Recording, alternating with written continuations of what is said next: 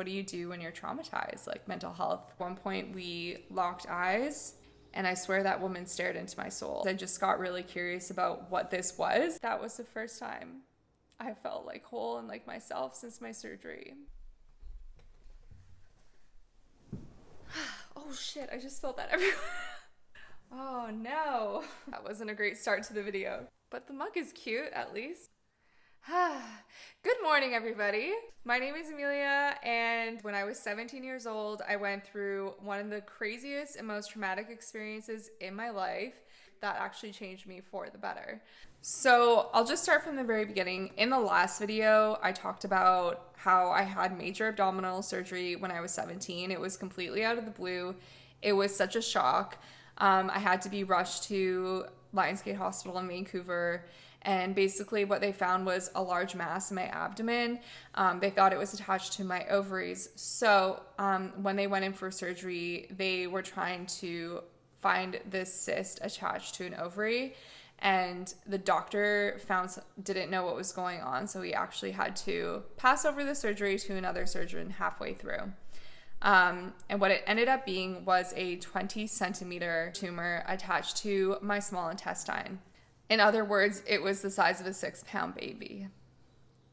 And I had that in my abdomen. That's what happened. And I also had a minor complication. I had a wound infection, so I had to go in for a second minor surgery. Oh, and there was, the question of whether or not it was cancer. Fortunately, it turned out to be benign, which I'm so, so grateful for. After taking most of the summer off to recover, I was still able to go on a trip to Australia, and it was kind of like the beginning of my healing journey. So I was able to kind of resume normal life, but I was not normal. I was emotionally and mentally traumatized from the surgery. Physically, I had scar tissue in my small intestine, so I was experiencing digestive issues that were actually like not just uncomfortable but physically painful, like very physically painful. So I had all of these things that I needed to address. I didn't have any guidance. The surgeons did their job. They removed the cyst. They saved my life, but there wasn't really any aftercare in terms of what do you do when you've got gut issues. What do you do when you're traumatized, like mental health? This is way back in the 2000s, so mental health wasn't really a big thing that people focused on yet. So I just had a lot to deal with and a lot to figure out on my own. My parents supported me in the ways they could, but they were not doctors and naturopaths. So basically in this video, I'll tell you, what I did to physically recover from major abdominal surgery. How I dealt with it, like emotionally and mentally and spiritually. And I am grateful for the surgery because it sent me down this path. I honestly wouldn't be the same person if I hadn't gone through all of this. I think I'm actually better for it. So I'm just gonna, in this video, talk about my recovery process, what it was like, what I did to heal my gut issues on the physical level, and then also how I dealt with the trauma on the emotional and spiritual levels. But something that I didn't touch on in my last video was when I was in hospital post-major surgery. My mom had a woman come in who's also from Whistler. I went to elementary school with her daughter, but I can't remember their names. But basically, was it Laura? Maybe her name was Laura. I think her name was Laura. Basically, she was or is a intuitive and psychic. So she's from the community, and she was living in Vancouver. So my mom actually got her to come in while I was recovering from surgery in hospital and do energy work on me. And it was my first introduction to it. I've never had it done before, but as I mentioned in my previous video, I've always been really intuitive since I was a child and really sensitive. I honestly was willing to do anything to try something to make me feel better, because I was really going through it in hospital. I was having a really hard time. She came in, she did some energy work on me. There's not really any touching involved. I think she would kind of move energy around my body. It was mostly something that she was doing with her focus and intention. I remember one moment, and this is the moment where I was like, okay, there's so much more going on than just the physical. She was standing by my feet, and at one point we locked eyes, and I swear that woman stared into my soul. And it was like this feeling of falling, but like in a very held way. And it was like kind of scary, but I was like, okay, like what is going on? It's like you enter like a different level of consciousness with somebody else, like your souls are communicating. It happened to me with another person who became my teacher, which I'm going to get to later in this video.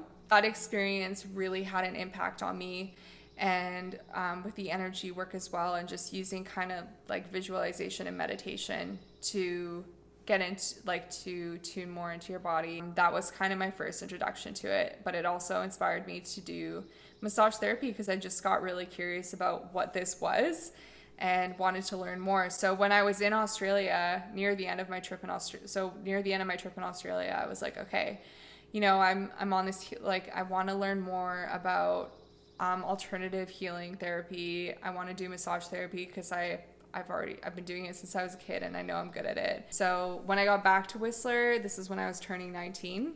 So a year after my surgery, I decided to enroll in massage therapy school. And it's really interesting what happens when you choose one thing and then it kind of creates like a cascade effect.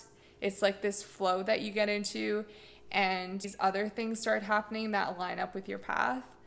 It's actually really incredible. So I started massage therapy school and I loved it. Like, I immediately loved it. It was really interesting because my first day of class, I sat next to this woman who's about the same age as my mom. Her name is Inga. I haven't talked to her in years and years, but I met her and she's like, oh, I know who you are. I met you when you were a baby, because Whistler is like, it's such a small town. And we got chatting, and I felt like this warmth and this comfort with her. We ended up being friends. You know, as the program went on, I learned more about her, and I learned that she does energy healing work as well. And I was like, oh, that's so cool. I had a woman come in and she did that for me in the hospital when I was recovering from my surgery. And I said, oh yeah, well, I'm thinking of doing a workshop just for like friends and classmates. So if you want to come do an energy healing workshop, like, you're more than welcome. And I was like, absolutely. I went to her workshop and was learning about like energy healing and like how you kind of cleanse your energy and like clear the energy on yourself and on other people, and just how like the energetic and kind of like auric field of the body and how that all works.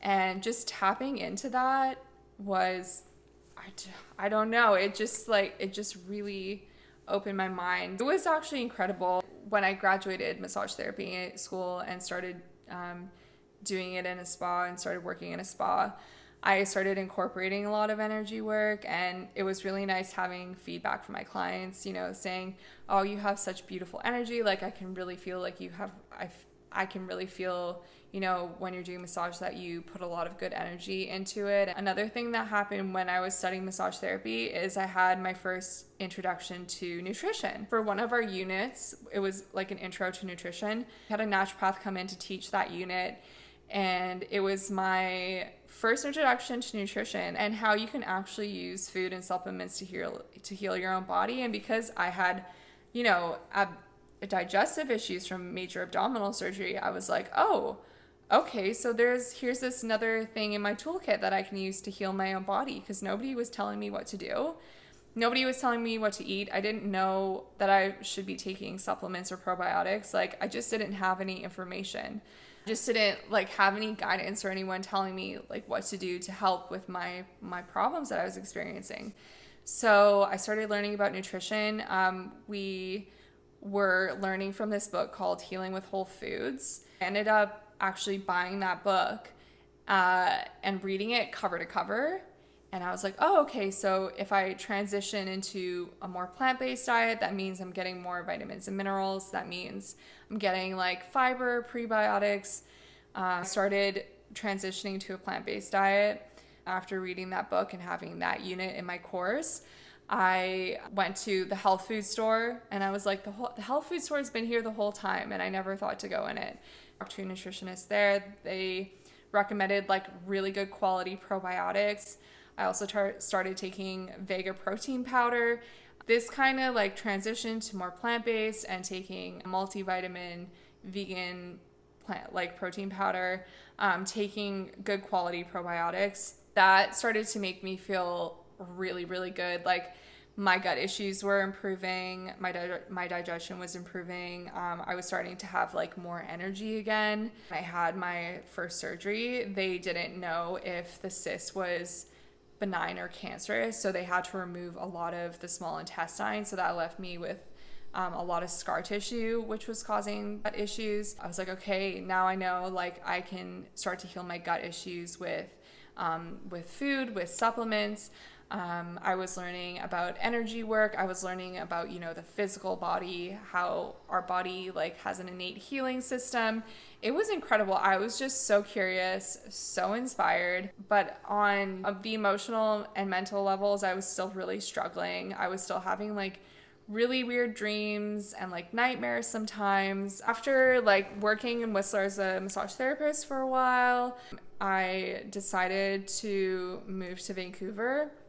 Oh, also, during this next year, it was about a year and a half, 2 years since my surgery. I found out that I could have a free cosmetic surgery on my scar because I was younger than 19 when I had my surgery. Hashtag Canadian healthcare. Not to rub it into anyone's faces. I think this is just a British Columbia thing as well, but at the time, because I was younger than 19 when I had my surgery, that made me eligible for free cosmetic surgery, which I did end up opting for. My scar, like they did a good job on my scar initially. I did have to have that second minor surgery because of my wound infection. My scar actually like looked fine. It was just a bit like indented, like it kind of looks like that. And it was a bit thicker. So I was like, you know what? Like cosmetic surgery is free. Like I might as well get it done. Basically, they just made my scar thinner and like it ended up being like my skin kind of laid flatter afterwards. So I was really happy I got it done. Canadian healthcare isn't perfect, but it is free and it can be it is good in that sense. Yeah, so I had cosmetic surgery and then I did move to Vancouver. This is when I was about to turn 20. And so, yeah, I was doing really well in terms of like learning how to physically heal my body, but then I still had all this other stuff going on. So I was like, okay, well, what else can I do? What other natural therapies are out there? I did some research and I was like, oh, okay, maybe I'm going to try acupuncture. So I found this acupuncture, went in for my first acupuncture session. And I was like, yeah, so I've had, major abdominal surgery. I've got a lot of scar tissue. And I was telling her about the weird dreams that I had been having. And I was like, can you do anything for that? And she said, that's a bit out of my scope of practice, but I do know this medicine man. His name is Bear. He's helped me a lot with my issues. I think that he could help you. So she gave me his card and she's like, just send him an email, if you want to get in touch with him. So I eventually worked up the courage to email him. And then I think we actually met up for the first time in person. He was not what I was expecting. He was really tall, really like kind of intimidating. But as we started to work together, I realized like he's just a big cuddly bear. Like, and now he's one of my truest friends. But anyway, first meeting him, I was like so nervous, but felt like comfortable with him. And I knew like he was the kind of person I could trust. Basically, we just did a lot of talking. We talked about like, what I went through in the hospital, what that whole experience was like for me, like my nightmares. I was telling him about one really bad dream I had when I was in the hospital. I was in the dark, in this dark building, and I couldn't see anything, but I knew there were spirits around and I was really scared. And I just kept falling through the floors as if my body was not made of not solid matter. And I was just like, falling, like I just kept falling and then falling and then falling through different floors and levels of this building, and I was terrified. It was the scariest dream I had when I was in hospital. And so basically the way Bear explained it was that when I was going under general anesthesia, I was obviously losing consciousness, so I was falling asleep and falling out of my conscious mind into the subconscious. So the floors represent me being put under the general anesthesia. When he explained it like that, at that point I was like, okay, yeah, this resonates. What he's saying is making sense. And I can trust this man. This is where I feel like I really healed from the surgery. We did a soul retrieval ceremony. The best way I can explain it is when you go through a major trauma like I did, in order to cope with it, parts of your soul kind of splinter off. Like when you drop a mirror, some pieces splinter and break off. The whole thing might still be whole, but some pieces have splintered off. That's what can happen to our soul when we go through a major trauma. And that's what happened to me. So basically, in a soul retrieval, you're retrieving those pieces and putting them back together. And that's the best way that I can explain it. I'm sure it's a lot more complex than that, but that is the simplest way I can explain it to you. So we did this soul retrieval ceremony, and afterwards he told me to go look in the mirror. He's like, go look at your eyes. And I looked into my eyes, and they were just like shining. That was the first time I felt like whole and like myself since my surgery. I just felt like myself again. My eyes were just glowing. I hadn't seen my face like that in so long, like maybe ever.